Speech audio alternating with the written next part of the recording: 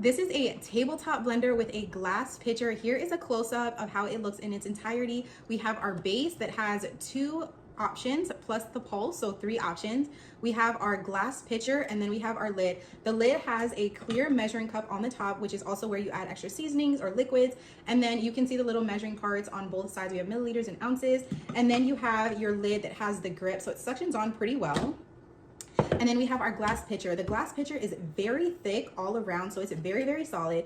And then we have our cups on one side right here. It goes up to 6 cups, and then it goes up to 1,600 milliliters. And if you have a bigger family, this is really nice for one person, for multiple. We are a family of 4, and this is absolutely perfect. And there is no twisting or anything. You just pop this on, turn it on, and you're good to go.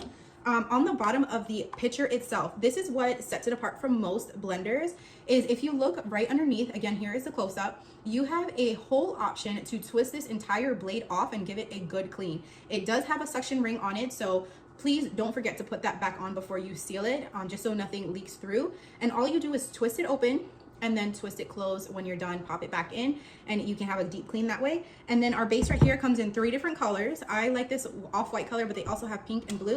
And then on the bottom has really, really good suction, 4 little suction legs. And then of course our plug and our manual.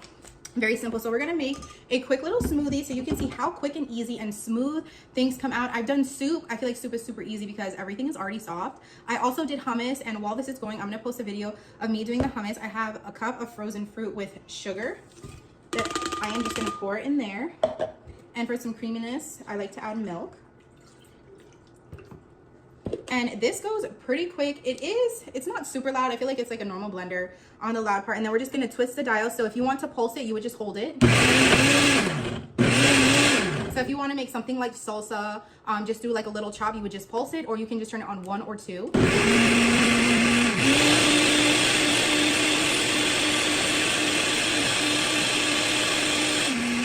And that was super quick. I feel like you can already hear the smoothness of it. And then you can just take the lid off.